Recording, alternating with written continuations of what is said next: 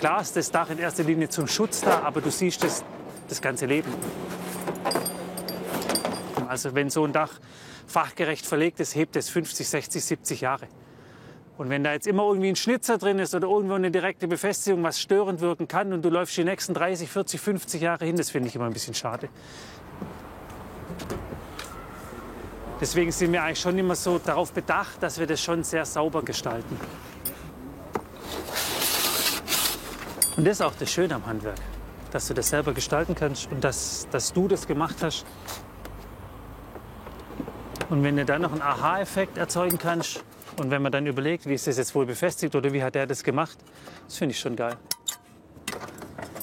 Das hast du halt im Büro nicht.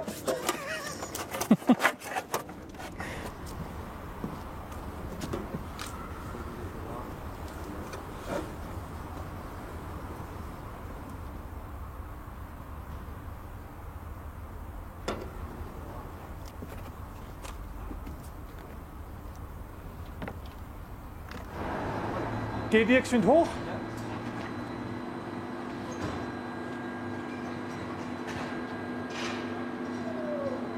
Stuttgart West. Ein Mehrfamilienhaus soll ein neues Dach bekommen. Ganz aus Blech. Milan?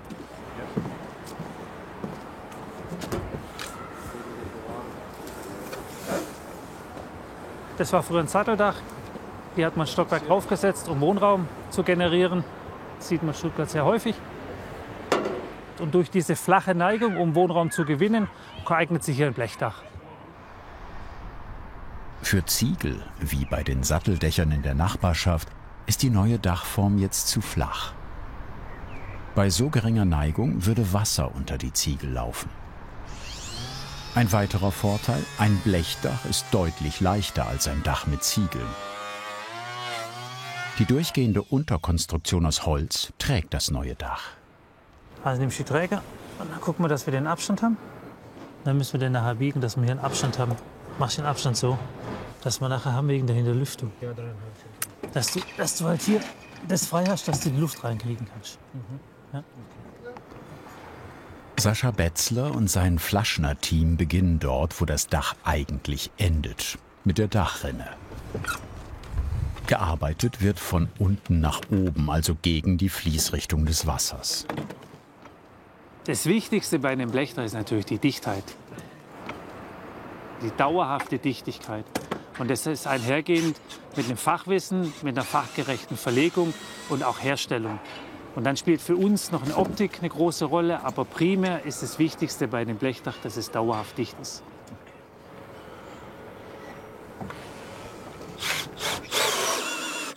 Und deswegen müssen wir immer vorausdenken, welche Dachneigung habe ich, dass du schon im Vorfeld dir immer Gedanken machst, wie arbeite ich was ein, um eine dauerhafte Dichtheit zu gewährleisten.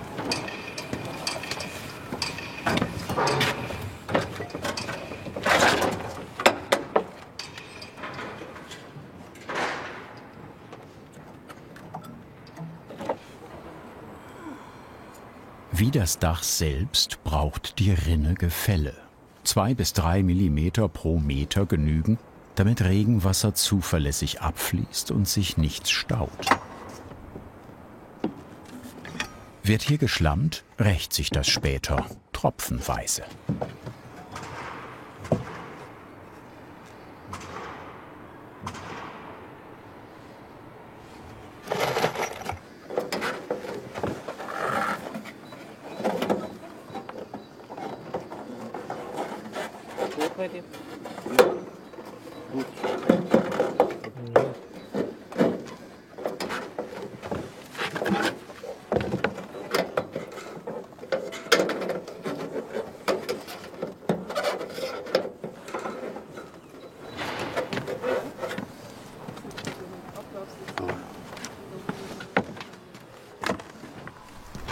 Die sogenannten Verwahrungen, also Blechverkleidungen für Fensterrahmen, verlangen Erfahrung. Viele Winkel, Ecken und Kanten müssen von Hand gefalzt werden. Maßarbeit. Ja, da steht noch ein Schlagpunkt hier. Und ich habe ihn hier. Jetzt, was hast du? 94. 94. Und die Teilung machen wir hätte ich gerne hier, Milan. Mit? Dass wir hier mindestens diese 20 cm haben, dass wir hier den Falz runterziehen. Dann können wir das hier in den Rahmen mit einbauen. Den Rahmen müsst ihr das selber vorbereiten, bitte. Dann sind wir nämlich flexibler.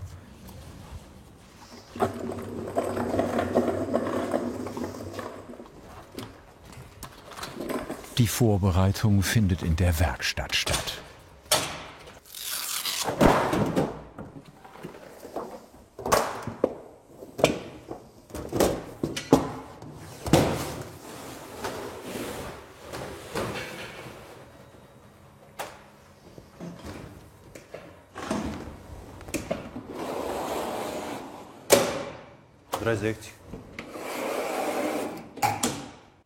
Also die Besonderheit bei unseren Blechen ist die, man sieht es an der Vorwölbung, dadurch, dass sie auf Rollen kommen, haben die Bleche eine gewisse Vorspannung. Und um ein sauberes Ergebnis zu erreichen,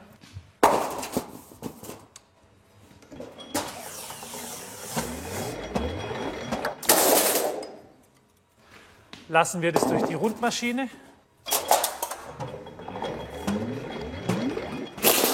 Und somit können wir das Blech langsam entspannen.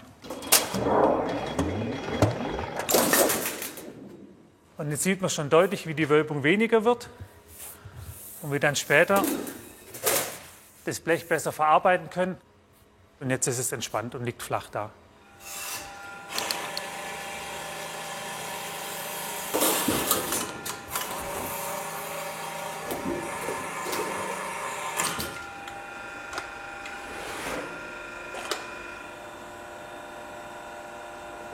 Unser Handwerk ist, glaube ich, ausgereift an den Falztechniken.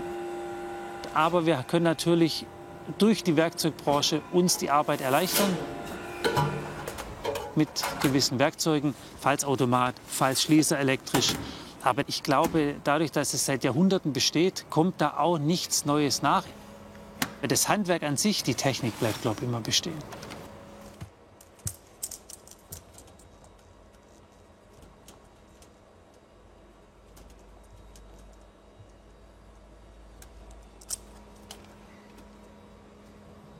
Die Seitenteile der Fensterverkleidung samt Überhang für die spätere Verbindung schneidet Milan Perkovic von Hand zu. 7 mm. Mehr braucht es nicht für eine dichte Verbindung. Die Markierung wird später gefalzt. Ganz ohne Kleber, ganz ohne Lot.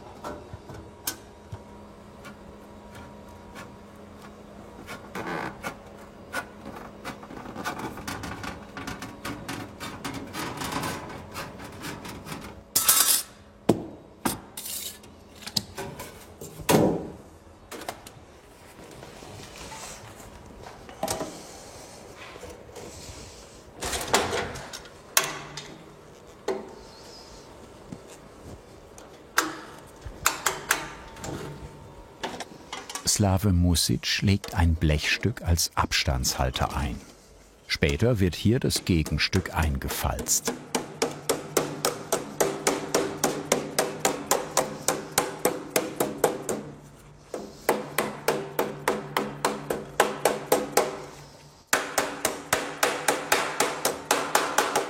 Hier in dem Hammer ist auch Sand drin.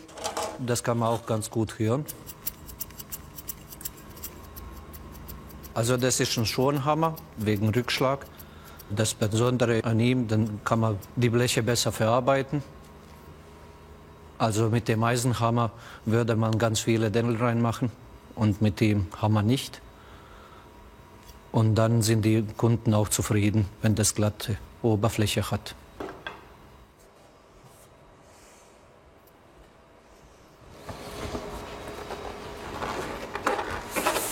Das verwendete Aluminiumblech ist leicht, wetterfest und gut formbar. Aber es verzeiht wenig. Ist es einmal gebogen oder gefalzt, lässt es sich nur schwer korrigieren. Bei zu viel Nacharbeit würde das Blech spröde werden.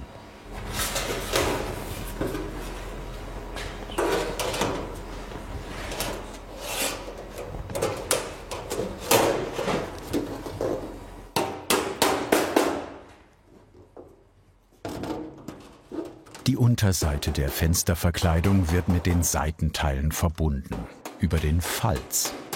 Diese Technik hält das Blech dauerhaft zusammen.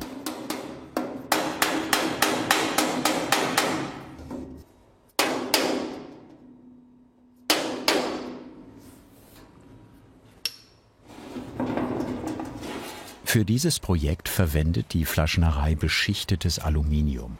Eine vergleichsweise junge Blechart im jahrhundertealten Handwerk.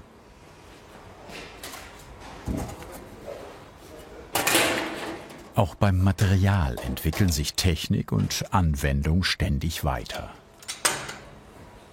Wir haben hier einmal das Kupfer, das ist das traditionellste Material. Das sieht man in Kirchen oft. Und das ist dieses grüne Blech, was auf dem Kirchendach sich befindet. Das hat quasi diese Patinabildung, Oxidation. Dann haben wir hier dieses Titانzink, was ursprünglich auch gedacht war an unserem Bauvorhaben in Stuttgart auf dem Blechdach.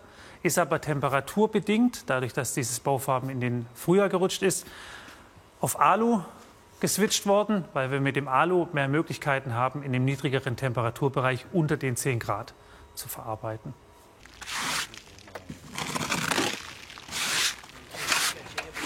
Winterliche Temperaturen auf der Baustelle. Viele Bleche müssten jetzt vor dem Verarbeiten aufwendig erwärmt werden. Aluminium dagegen bleibt auch bei diesen Temperaturen formbar. Im Gegensatz zu der Fensterverkleidung werden die Blechscharen direkt auf der Baustelle gefertigt, mit der Profiliermaschine.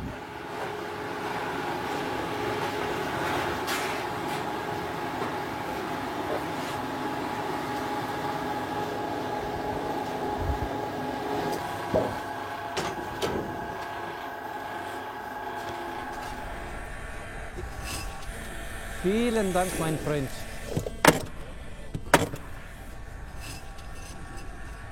Bevor die Fensterverwahrungen montiert werden, kommen die Blechbahnen unter das Fenster. Bis zu einer Länge von 3 Metern werden sie mit festen Haften auf der Holzunterkonstruktion befestigt. Unsichtbar. Bei über 3 Metern Länge kommen dann später Schiebehaften zum Einsatz.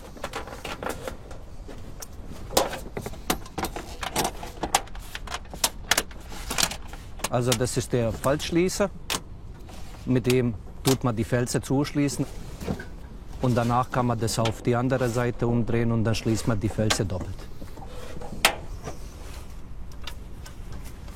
Und jetzt schließt ihr doppelt.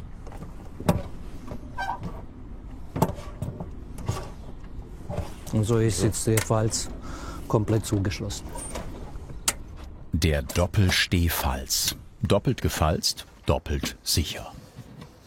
Selbst bei flacher Dachneigung hält er dicht und schützt vor Regen und Schnee. Und das über Jahrzehnte.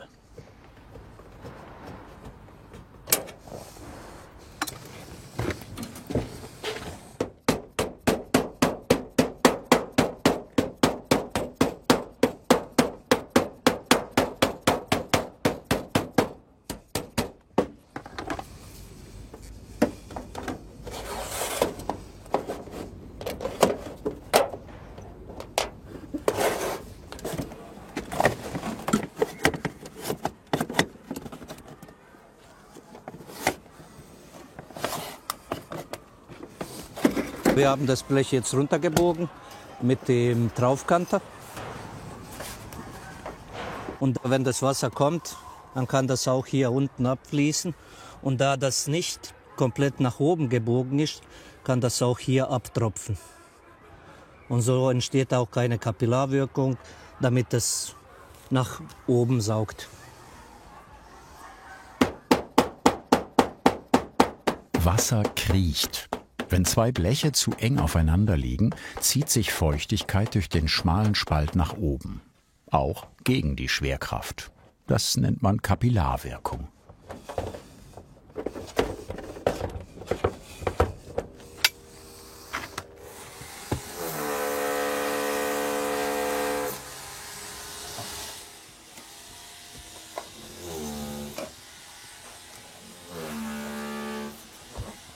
Hier ist gut.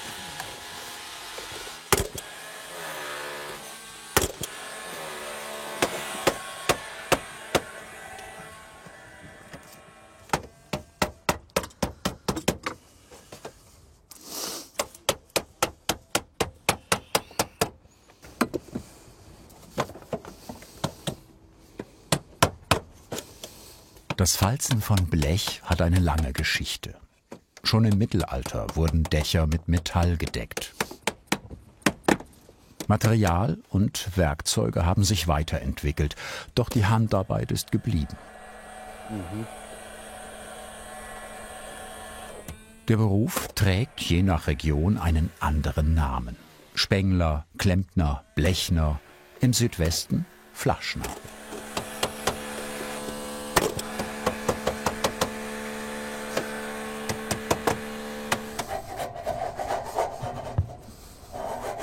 Das ist ein Ankanter. Dann tut man das Blech ankanten, damit es an den anderen Saubahnen liegt.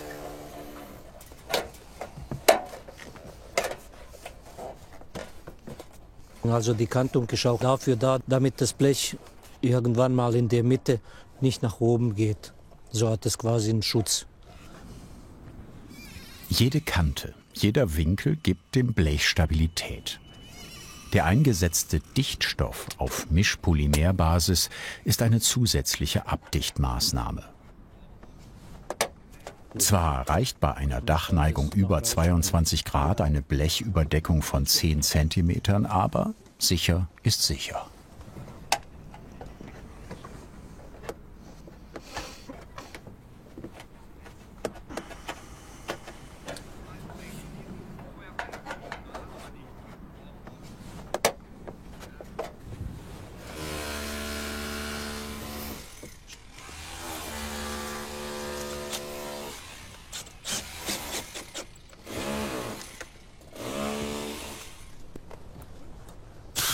Die untere Verwahrung sitzt, passgenau unter dem Fenster.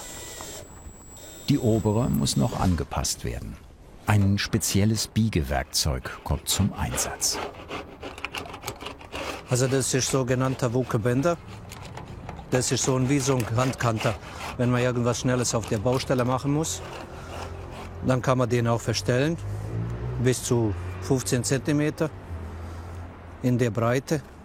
Und das sind halt so Walzen und die drehen sich und dann muss man das langsam immer nach oben ziehen, das Blech. Und dann wird es bis zu 90 Grad umgekantet, gebogen. Es gibt die auch in verschiedenen Formen, größere, kleinere. Und der ist ganz praktisch für die Hände auch.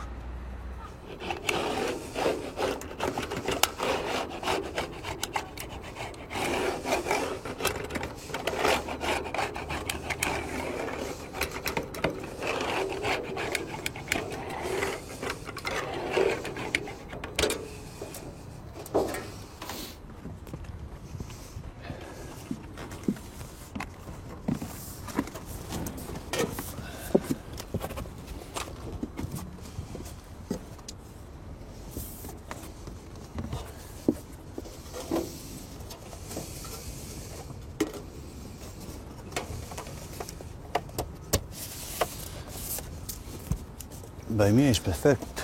Das ist sehr, sehr. Bei den niedrigen Temperaturen wird auch Alu zäher. Ein wenig Wärme macht es biegsamer. Eine Hilfe, denn jede Verbindung, jede Ecke ist hier gefalzt.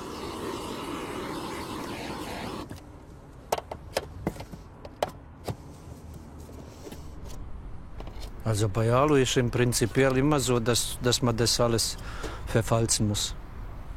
Also Titan, Zink, Kupfer, also Edelstahl kann man noch löten, aber bei Alu, bei so gefärbten Alu, wird im Prinzip meistens, also nicht meistens, sondern immer gefalzt.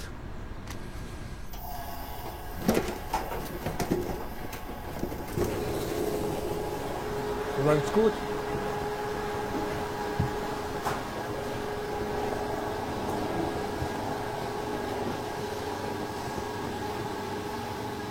Für die Dachverkleidung neben dem Fenster kommt wieder die Profiliermaschine zum Einsatz.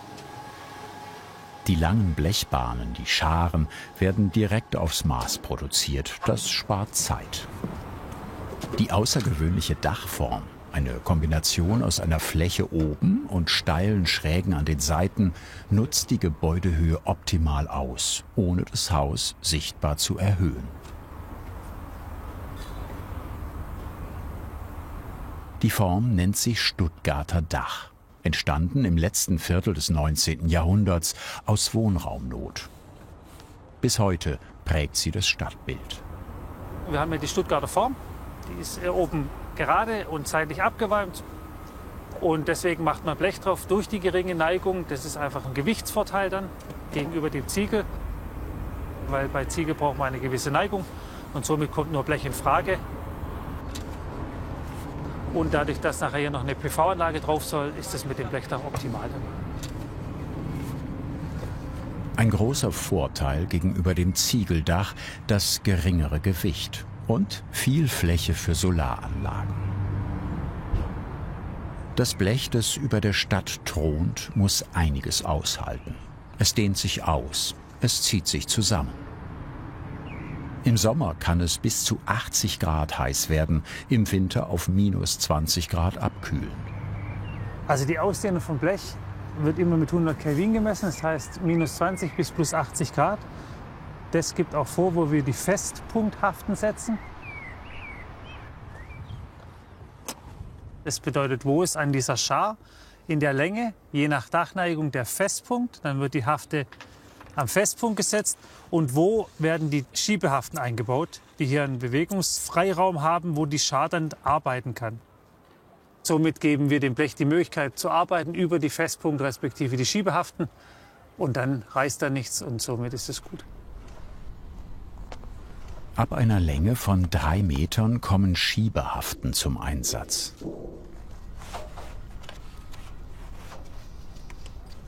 Ein Aluminiumblech mit 6 Metern Länge dehnt sich bei 80 Grad Temperaturunterschied um fast 12 Millimeter aus.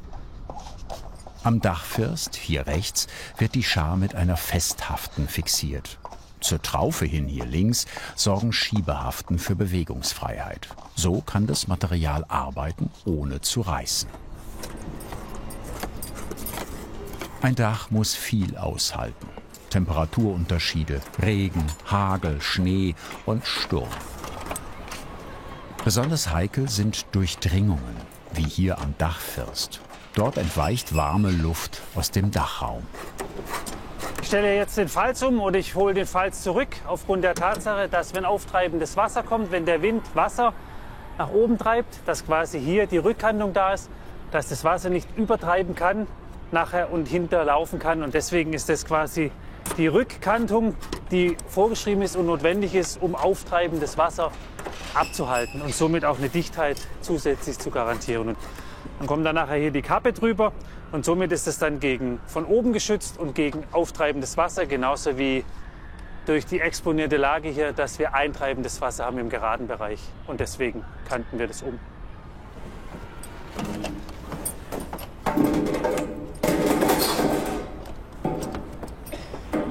Milan, 5 hast du Abstand gemacht, gell? Milan? 5. Ja, also da haben wir genug Platz. Ja.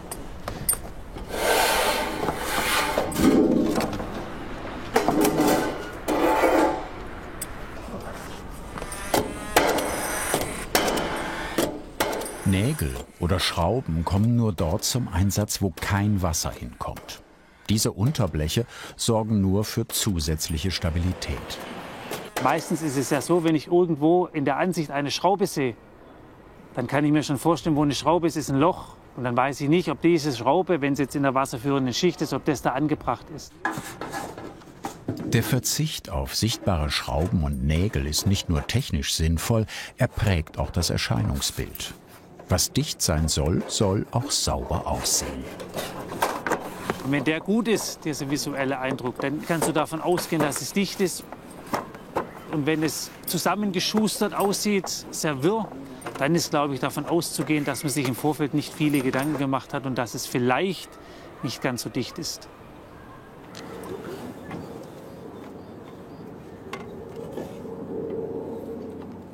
Technik, Planung und Handarbeit greifen hier ineinander. Besonders an den kniffligen Stellen wie der seitlichen Firstabdeckung. Millimeterarbeit, die man später kaum sieht, aber spürt, wenn alles dicht ist.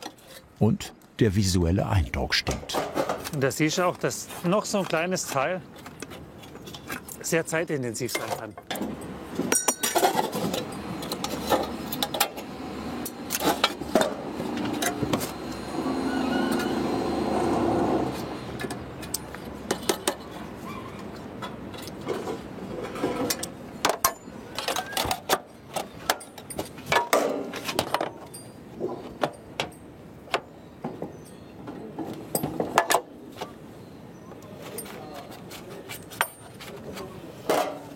Blechorigami. Mehrfach gebogen, geschnitten, gekantet und angepasst. Gerade die kleinen Übergänge verlangen viel Geduld und handwerkliches Geschick. So auch hier am Anschluss der Blechscharen.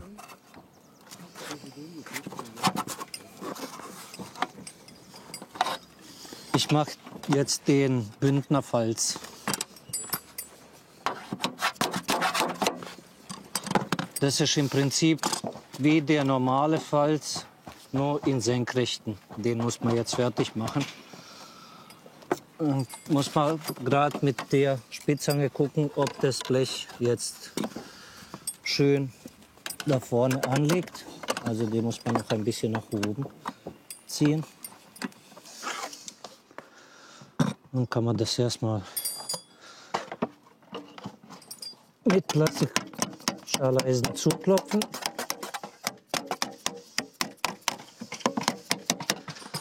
Genau.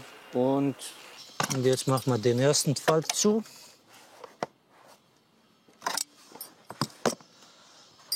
Schließen den an.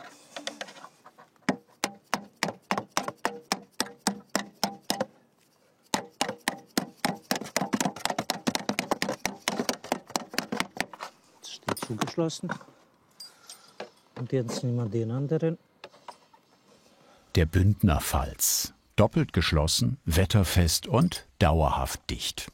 Ganz ohne Kleber, ganz ohne Lötnaht. Nur mit handwerklicher Ausdauer. Zuschließen.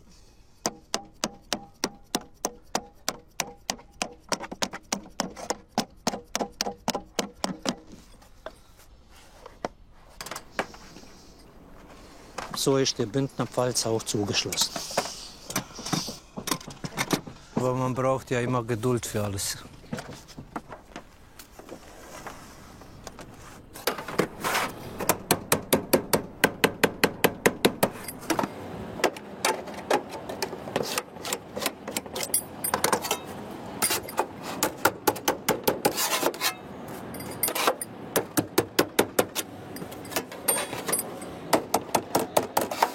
Wir haben unten drunter diese zwei Rückkantungen, die verhindern sollen, dass das Wasser nach hinten reinfließt auf das Brett.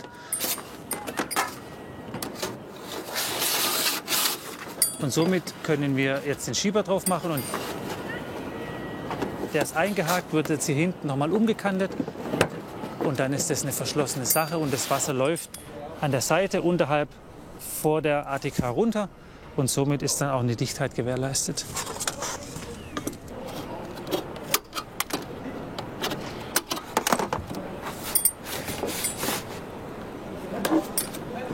Der First ist mit eines der letzten Bauteile, die wir befestigen. Das heißt, das Dach ist fertig.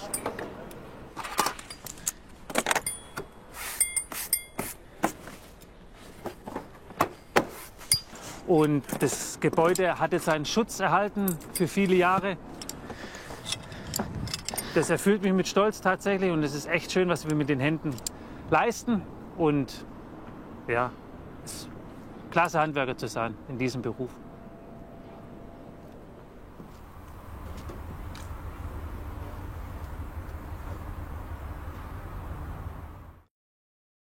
Hat dir diese Handwerkskunst gefallen? Dann schreib uns deine Meinung zum Film in die Kommentare. Und nicht vergessen, Kanal abonnieren.